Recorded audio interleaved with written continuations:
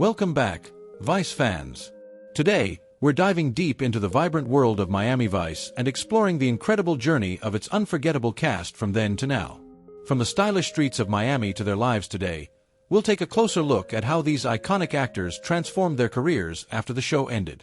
Join us as we celebrate the legacy of characters like Sonny Crockett, Ricardo Tubbs, and the unforgettable supporting cast that made Miami Vice a timeless classic. Let's get started. Philip Michael Thomas was born on May 26, 1949, in Columbus, Ohio. Before Miami Vice, he worked in theater and played small roles in films.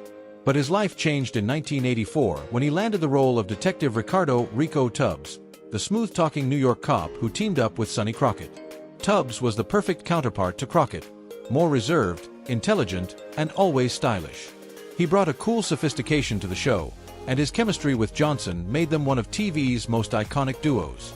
During the Miami Vice years, Thomas famously coined the term EGOT, expressing his dream of winning all 4 awards.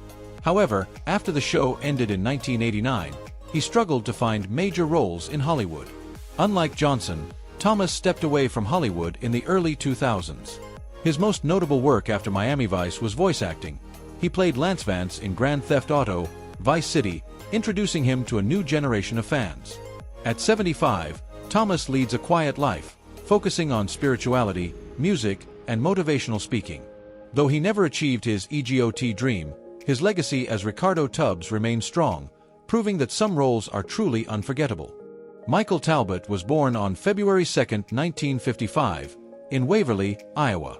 Before Miami Vice, he had roles in films like First Blood alongside Sylvester Stallone. However, his most famous role came in 1984 when he was cast as Detective Stan Switek. Switek was a key member of the Miami Vice squad, known for his expertise in surveillance and undercover work. While Crockett and Tubbs handled the dangerous fieldwork, Switek and his partner, Larry Zito, ran surveillance operations from their van, often providing crucial intel to bring down criminals. Switek was also the show's comic relief, known for his funny one-liners and more laid-back attitude compared to his colleagues. However, he wasn't just there for laughs. His character went through serious struggles, including a heartbreaking battle with gambling addiction in later seasons. After Miami Vice ended, Talbot had a harder time landing major Hollywood roles. He appeared in some TV movies and guest starred on shows, but he never found another role as memorable as Switek. Today, at 70, Michael Talbot lives a quiet life away from Hollywood.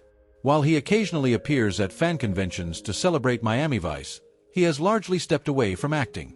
Talbot is also known for his political views and activism, occasionally making public statements about his beliefs. Though he no longer works in Hollywood, his role as Detective Switek remains a fan favorite. Even decades later, Miami Vice fans still remember him as the loyal, funny, and tough detective who was always ready to back up his team.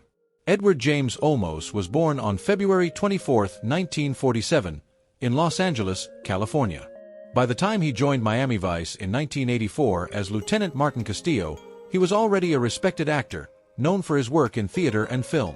Unlike the flashy and stylish Crockett and Tubbs, Castillo was the silent, intense, and no-nonsense leader of the Miami-Dade Vice squad. His calm, almost mystical presence made him one of the most intriguing characters on the show. He rarely raised his voice, but when he did, everyone listened. His mysterious past, which hinted at deep connections with Asian crime syndicates, only added to his legendary status. Olmos' powerful performance earned him a Primetime Emmy Award in 1985 for Outstanding Supporting Actor.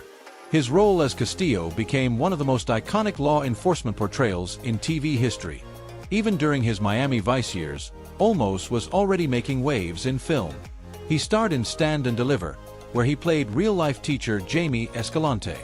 His outstanding performance earned him an Academy Award nomination for Best Actor, making him one of the first Latino actors to achieve this honor.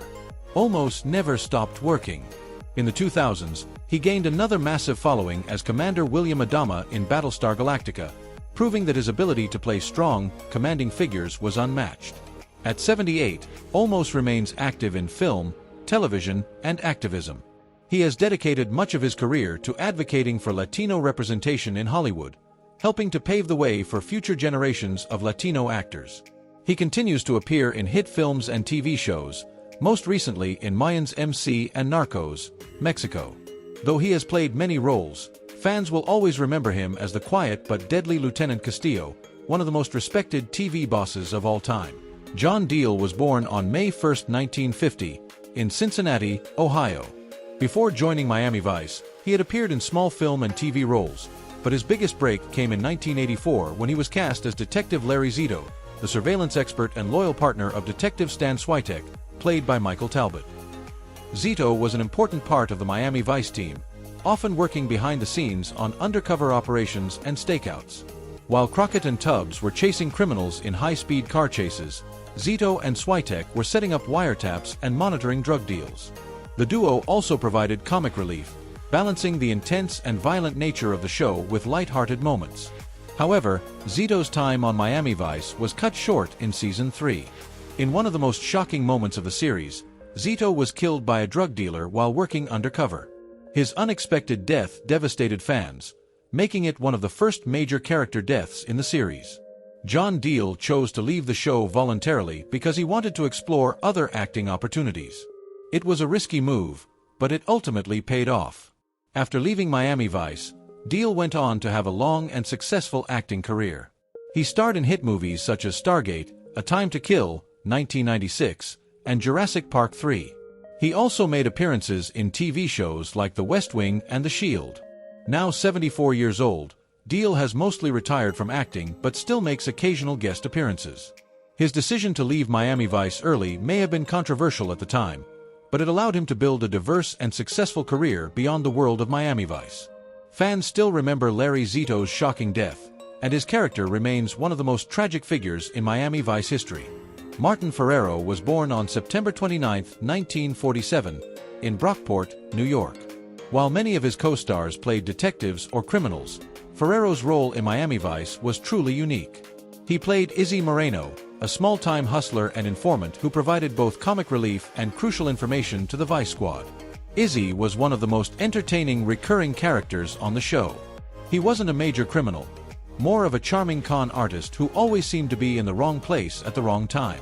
Whenever Crockett and Tubbs needed inside information, Izzy was usually involved, often in hilarious and ridiculous situations. Despite his criminal background, Izzy wasn't a true villain. He was more of a survivor, doing whatever it took to stay ahead in the dangerous world of Miami's underworld. His humor and charm made him one of the most beloved supporting characters on Miami Vice. Though he was a fan favorite on Miami Vice, Ferrero is perhaps best known for his role in Jurassic Park, 1993. He played Donald Gennaro, the greedy lawyer who meets a gruesome end when he is eaten by a T-Rex while hiding in a bathroom. His memorable death scene became one of the most famous moments in movie history. After Miami Vice, Ferrero continued acting in films and TV shows, appearing in Heat, Get Shorty, and The X-Files. Though he never became a leading man, he established himself as a talented character actor. Now 77 years old, Ferrero has retired from acting, but he still attends Miami Vice conventions and reunions. He remains a cult favorite among fans, both for his role as Izzy Moreno and for his unforgettable scene in Jurassic Park. Even after all these years, fans still love Izzy's hilarious antics, proving that Miami Vice wouldn't have been the same without him. Don Johnson was born on December 15, 1949, in Flat Creek, Missouri. Before Miami Vice, he spent years struggling in Hollywood, appearing in small TV roles and low-budget films. But everything changed in 1984 when he was cast as Detective James "Sonny" Crockett, the smooth, stylish Miami cop who became an instant icon. Crockett wasn't just any detective, he was the epitome of 80s cool. With his pastel suits, designer stubble, and pet alligator, he brought an unmatched level of swagger to crime fighting. His on-screen chemistry with Philip Michael Thomas, Tubbs, and his brooding intensity made Miami Vice one of the most influential TV shows of all time. The show dominated pop culture, and Johnson became a superstar. He won a Golden Globe in 1986, released a hit song, Heartbeat, and even dated celebrities like Barbra Streisand. But after Miami Vice ended in 1989, Johnson found it hard to escape the shadow of Sonny Crockett. Fast forward to 2025, and Don Johnson has successfully reinvented himself. In the 90s, he led another hit cop series, Nash Bridges, which ran for 6 seasons. Over the years, he proved his versatility with roles in films like Django Unchained and Knives Out. Even at 75, Johnson is still active in Hollywood. He has embraced his Miami Vice legacy while continuing to take on new and exciting roles. Fans still recognize him as Sonny Crockett, a character that will forever be a part of TV history. Olivia Brown was born on April 10, 1960, in Livonia, Michigan. When she joined Miami Vice in 1984 as Detective Trudy Joplin, she became one of the few female officers in the squad. Trudy was often paired with Gina Calabrese, played by Sandra Santiago, forming a powerful duo of female undercover detectives. Unlike Gina, who often had romantic entanglements with Crockett, Trudy had a more independent, career-focused role. She was tough, resourceful, and fearless, often going undercover in high-risk situations.